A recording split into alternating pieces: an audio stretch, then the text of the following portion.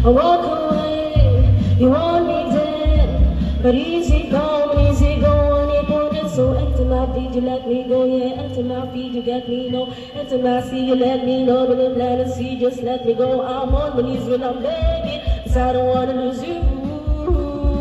Hey, yeah, da da da da. I'm begging, begging you. So put your loving hands out, baby. At ako'y iniwan mo. Diba, diba, diba, pinagmukha mo kong tanga.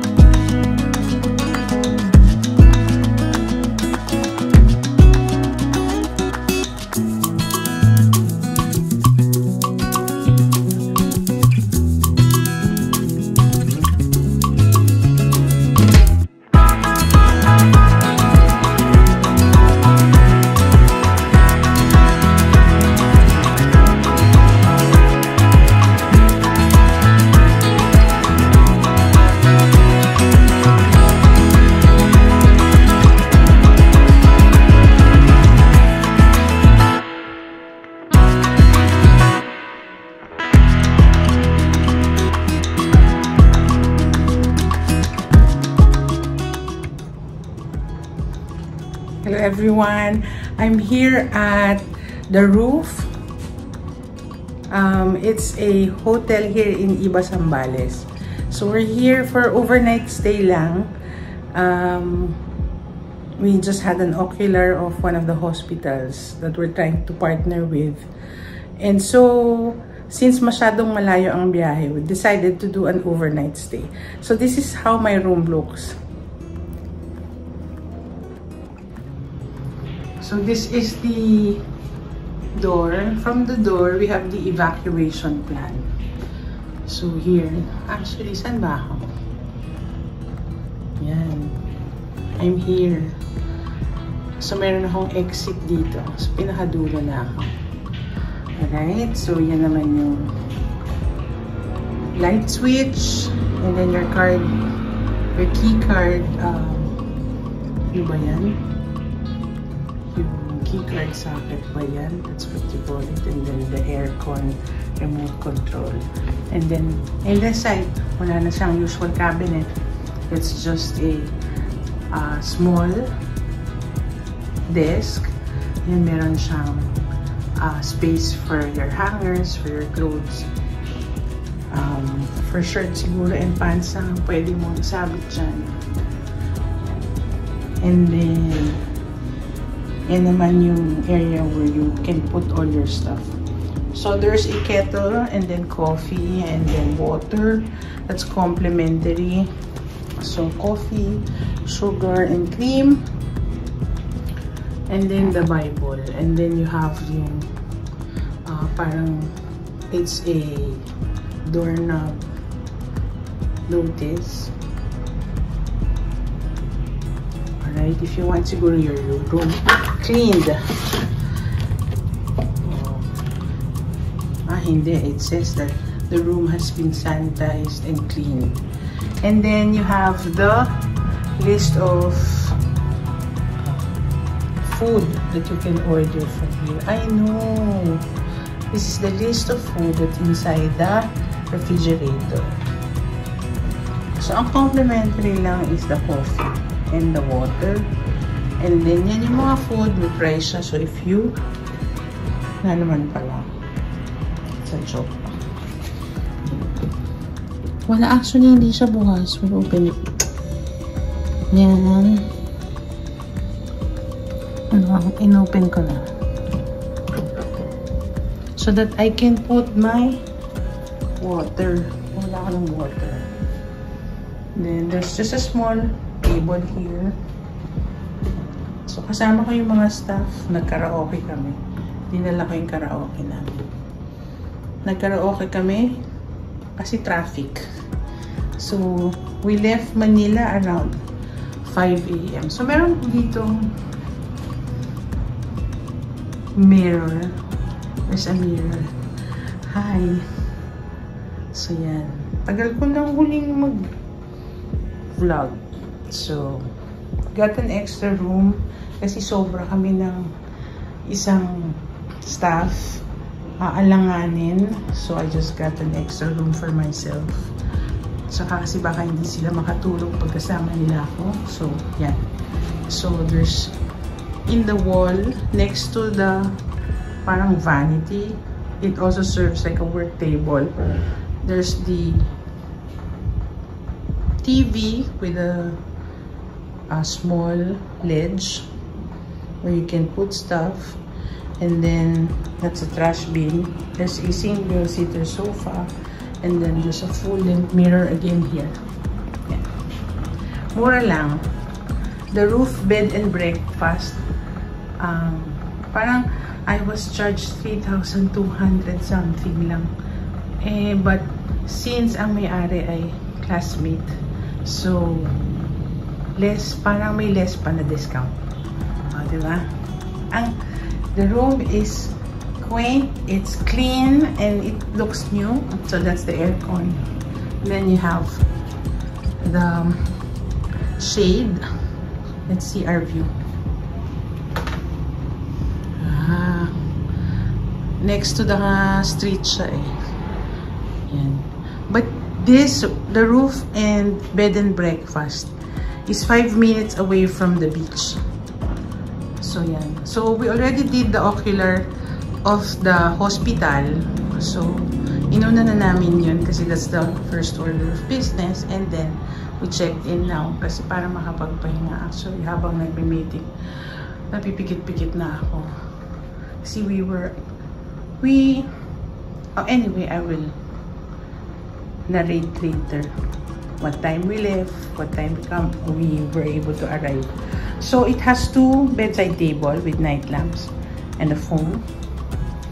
Reading ba to or night lamp? Yan. And then this is a double bed or a twin bed. And then naman ang pagkakaayos. So the room is very it's nice. Gusto ko siya. Simple lang, pero maganda. May artwork sa taas ng headboard. Ganda. And then another night lamp here. May mga switch. Oh, closes all the other lights pala. Again, it closes, so you have to open this one. It opens what? This opens a night lamp, and then you have your sockets. That's is that an American socket? American. Another side table. There. Meron naman yung dalawa lang yung hole ng socket. Yan yung usual Filipino socket. Dalawa lang. Pero nowadays, marami na lang tayong 3-hole kasi most of the appliances has 3 holes. Yan din also. So, pwede kang mag-charge dyan. So, yan. Meron pang socket yan dito. And then, yan. To open the lights. Ganda. And then, this is the CR right next to the door. To your right. Oh, see, very spacious, very clean. Simple lang, but very nice. I like this. There's rain shower action. Yeah, see, it's rain shower. Oh, there's a bidet. There's free soap. Shampoo and conditioner. Yeah. And then there's usually pag mga elderly, they need to balance themselves so they avoid sleeping. If the floor is wet, you can hold on to that. It's a metal bar. And then this is usually where you place all the towels. The towel is here. Dito sa baba. But I brought with me a towel just in case we go to the beach. And then toilet paper dispenser. There's 2 free our complimentary toothbrush. Usually the toothpaste is inside already. And then there's the soap. And the sink and another trash bin next to it. So, switches and a hair blower. Yay! Hindi ako nakakita na steam iron. Siguro you'll just have to request. Then you have 2 hangers. So yan, ganda.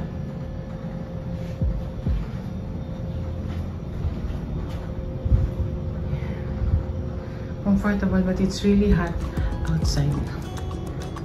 So ayan. So we left the clinic at around 5:52.